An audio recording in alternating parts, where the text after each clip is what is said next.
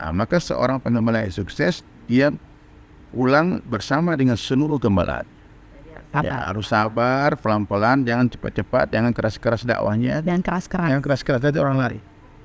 Maka sekarang karena kita terlalu keras, maka terjadilah perpisahan. Kata Nabi, perempuan itu bengkok. Kalau kamu meluruskan patah, Laki-laki kan juga gitu. ya, Kalau dikerasin kan juga ambek ya. Nggak pulang. betul.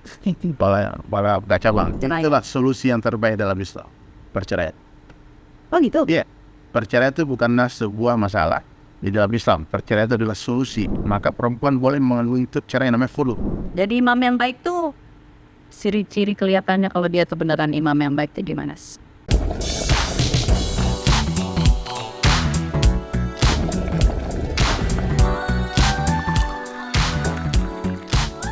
Lebih dari 20 tahun di dunia televisi, apa masih ada cerita yang belum pernah saya dengar? Oke then, let's spill the tea.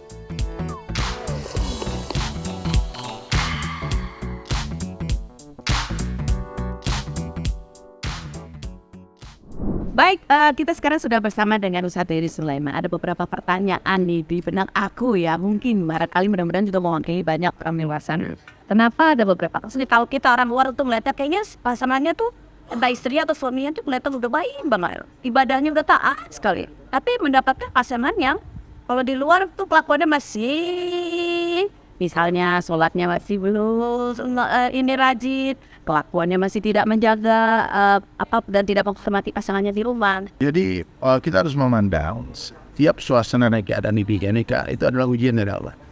Jadi ketika kita mendapat perkara yang kita sukai, kita bersyukur, memuji Allah. Ketika mendapat perkara yang tidak kita sukai, bersabarlah. Ya, itu perintah Allah. Jadi ketika suami mendapat istri yang tidak baik, suami tadi diperintah Allah untuk bersabar. Untuk bersabar dengan ketidakbaikan istri. Itu akan menjadi sarana ibadah dan pahala untuk suami tadi. Nah, sering kita lihat kan orang yang ketika di awal-awal kehidupannya dia nakal, tahu-tahu di akhir hidupnya dapat hidayah jadi orang baik. Ada yang ketika pertama dia masih muda dia baik, ternyata di ujung hidup dia malah suul Fatimah. Maka kita tidak boleh jadi hakim ketika melihat orang nampaknya tidak cocok, ini tidak baik. Sangka baik saja, sangka baik kepada Allah, sangka baik kepada hamba Allah. Karena hakikat pernikahan sebetulnya bukan di sini kan, tapi di surga. Ya, ada di dunia menikah kayak Firaun, dia jahat, istrinya baik, kan? Ibunda Asia, nanti terpisah di akhirat.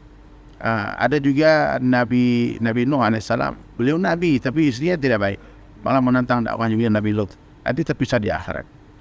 Maka orang yang memandang kehidupan itu adalah kehidupan akhirat, maka dianggap pernikahan di dunia ini ujian kan? Jadi bagi dia, oke lah, dapat yang tidak baik aku bersabar, dapat yang baik aku bersyukur. Pernah ketemu yang pasangan seperti itu dan apa yang terjadi? Iya, ada pernah ini kisah nyata ya. Jadi suaminya dapat hidayah duluan, sebelum menikah mereka ini memang partner dalam kejahatan gitu. Mereka mabuk bareng, mereka party bareng, mereka berjudi bareng, suami istri. Tiba-tiba suaminya dapat hidayah, akhirnya ikut dakwah sama teman-teman kan. Nah, kemudian ketika mau pulang ke rumah, dia tanya kepada Ustadz, bagaimana aku berdakwah kepada istriku? Kata Ustadz tadi, kamu aja istrimu ta'lim, karena kamu gak banyak ilmu kan, baca buku aja, kitab-kitab itu, nanti istrimu akan dengar. Kalau istrimu dengar, insya Allah dia akan dapat hidayah. Tapi kalau istrimu kamu dengar, kamu baca yang keras, nanti akan dengar. Kemudian dia pulang ke rumah, Kak, ternyata benar. Ketika dia pakai gamis pulang, istri ketawa, gila lo kan. Aku udah bilang jangan ikut-ikut, malah kamu ikut. Istri tetap pakai yang seksi. Kemudian, ayo sayang kita ta'lim ya. Lu baca aja sendiri katanya. Istri mondar-mandir dapur ke ruang tamu sambil nonton, sambil ketawa-ketawa, ngejek-ngejek karena soal ini tadi juga balik lagi. Tahu gak, beberapa hari kemudian tiba-tiba seekor kucing duduk di depan suaminya tadi. Suami kasih makan dan dia taklim baca kitab tadi, kucing dengarkan. Istri ngeliat, gila beneran sekarang. Sekarang udah ngomong sama kucing deh kan. Begitu terus kak, 1 hari dia sabar, 2 hari, 3 hari, sampai 40 hari dia taklim dengan dia. Besoknya dia belum duduk, kucing udah nungguin dia. Wah, ini teman taklim, istriku tak mau taklim, istriku kucing yang taklim. Ternyata kak, itu kucing melintas jalan 1 hari, tabrak mobil mati. Kucingnya mati. Dia berlari, suami tadi berlari, dia buka bajunya kak, kucing berdarah tadi di peluk, dia nangis, ya Allah, ini teman taklim, ya Allah, ini teman taklim. Istri kita dengan dia tekan nangis, istri, ya Allah. Dia katakan, bang, Udah nanti kita beli kucing lagi. Nah, ini besok siapa yang nemani aku tadi? Kata istrinya, aku yang temani. Akhirnya sekarang istrinya dan suami tadi jadi orang soleh dan soleha. Istri pun sudah berhijab sekarang. Ini kisah nyata Kak. Asbab kesabaran dari suaminya tadi. Nah, itu kan suaminya yang dapat Yang baik. hidayah menjadi ibadahnya, menemukan kenikmatan beribadah. Nah, kalau kebalikannya, istrinya kan kadang-kadang suka apa ya? Gimana caranya gitu? Karena kan suami itu kan kalau ini dalam aku mengelola pikiran bahwa suami itu kan memang imam, gitu Iya. kan. Jadi punya tugas dan itu kan nggak mudah. Tapi ketika istrinya justru yang menemukan duluan nih kenikmatan beribadah, itu gimana caranya? Karena kan ego suami itu jadi kayak males kalau disuruh-suruh. Sholat dong. Itu adalah Kak. Aku dibalas dengan cerita kisah nyata aja. Ini ada teman juga di Sulawesi. Nah, suaminya ini Kak preman ya. Saking premannya orang panggil dia iblis. Ya, awal keluar ke penjara, mau pukul orang, nusuk orang, mabuk hari-hari, merampok semua. Macam-macam lah dibuat maksiat. Satu kota itu tahu dia. Nama lahirnya Syafi'i, kemudian karena dia nakal preman jadi iblis. Istri dapat hidayah duluan. Istrinya solehah kan. Istri rajin ta'lim pakai hijab, suami masih mabuk. Dan hari-hari istrinya ini berdoa dan suami pun pulang mabuk karena nampar dia, pukul dia. Sabar. Istri ini sabar terus doa sama Allah, doa sama Allah. Ya Allah, istri dia sampai satu hari datanglah ustadz yang mengajak suami tadi taubat. Ya, diajak pergi pesantren kilat 3 hari. Pulang 3 hari Kak Allah beri hidayah suami itu. Dia pulang dengan pakaian yang berubah, ya. Bayangkan 3 hari di masjid, diitikaf di masjid kan, dia jaga sholat, dia jaga pandangan, dia jaga pendengaran, hanya bicara akhirat, dengar Al-Quran hadis. Akhirnya Allah Ta'ala mandikan suami yang preman iblis tadi dengan cahaya hidayah. Lalu dia pulang Kak dengan pakaian hijrahnya dia, pakaian gamisnya dia. Dia pulang ke pintu rumah, istri gak kenal dia. Assalamualaikum, kata istri siapa? Dia bilang, ini abang. Itu Kak, dia beli anggur kan. Dia bilang sama istri, Dek, tutup mata. Apa? Dalamnya emang di sini aja. Lalu buka mulut, disuapin istri Andi. Dia kita maafin apa? Tuh, istri menangis jadi dikatakan, ya Allah, tangan yang hari-hari pukul aku, tampar aku, ya Allah sekarang suap ya aku anggur. Karena kata enggak, anaknya mereka ini udah 3 orang hafiz 30. Kenapa? Kesabaran istrinya, doa istrinya. Jadi sekarang nih teman-teman yang punya suami nakal, punya istri nakal, sabar aja. Kita nggak pernah tahu, mungkin di akhir hayatnya dia dapat hidayah. Ya kita nggak tahu kan, tugas kita kan cuma mengajak, menyampaikan saja. Kadang-kadang Kak, seorang pendosa nih yang malu akan dosa-dosanya itu lebih dicintai Allah daripada seorang ahli ibadah yang sombong dengan ibadah. Jadi baik buruk ini bukan dalam pandang kita Kak. Kita lihat orang berhijab, pakai jubah, sama ini orang baik. Ternyata dalam pandang Allah dia tidak baik. Ya, ternyata yang hari-hari kita lihat berpakaian seksi, mungkin image di sosial media dia perempuan nakal, ternyata malam hari dia menangis dalam tahajud. Ampun ya Allah, aku malu ya Allah. Ternyata Allah terima taubatnya gitu. Ya, jadi kita jangan jadi hakim nih teman-teman ya. Baik buruk ini bukan dalam pandang kita, tidak pandang Allah. Jadi kalau lihat orang lihat baiknya aja. Allah beri kita 2 mata. Satu mata selalu melihat kebaikan orang lain, satu mata melihat keburukan diri sendiri. Apa yang sebaiknya dihindari kalau ini kejadiannya misalnya yaitu salah satu pasangannya supaya tidak makin jauh, tidak makin lari ke pasangan. Jangan buru-buru pulang, jangan. Seorang pengembala yang sukses dia tidak pulang duluan ke kandang, tapi dia pulang dengan hewan kambing gembala. Maksudnya? Ya maksudnya ketika 1 ekor kambing ini tidak boleh aja ke kandang, jangan ditinggal. Dan ditinggal. Kita berayu dia terus diajak meskipun agak telat sampai ke kandang. Ya, umpama orang punya 100 ekor kambing nih, dia kerja dengan 1 orang saudagar. Ternyata 10 ekor nggak mau pulang, nggak mau balik ke kandang. Terus dia tinggal. Kira-kira dia mau sama bosnya nggak? Dihitung 90 mana 10 ekor. Buat tinggal di padang rumput dia mau pulang.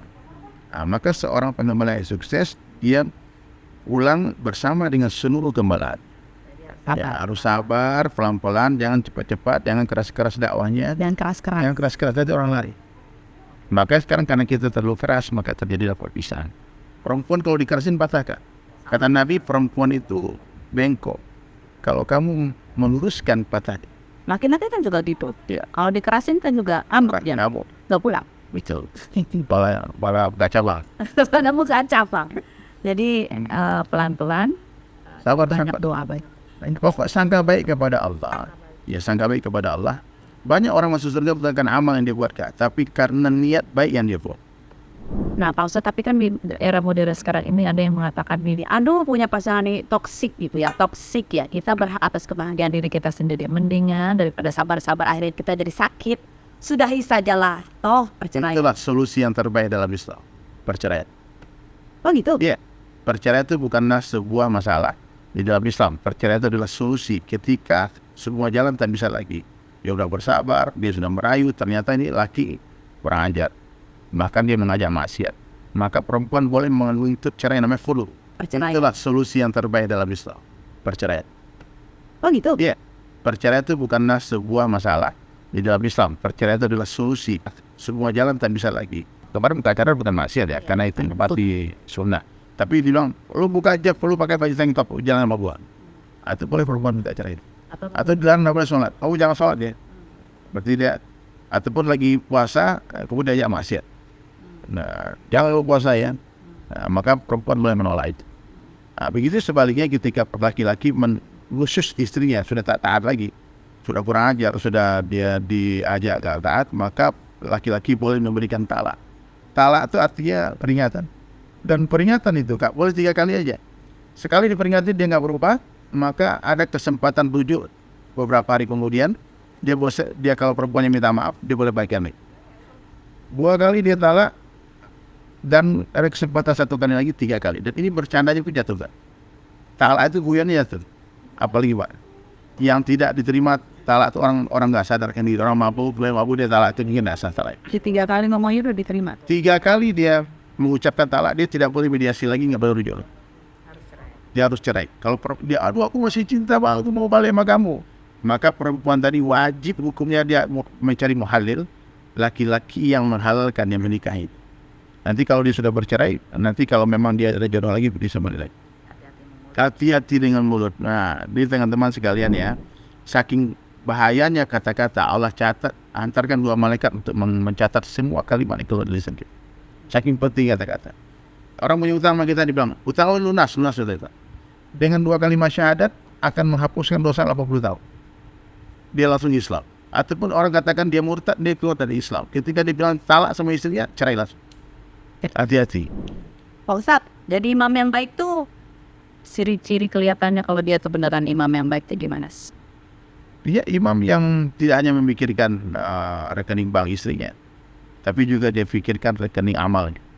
Karena pahala suami 100% mengalir ke buku catatan amal istri tanpa dilihatkan. Jadi kalau Kak Penny punya suami rajin sholat, contohnya dia suami pakai sunnah, dia berjenggot umpamanya, meskipun perempuan tidak punya jenggot, dia dapat pahala jenggot.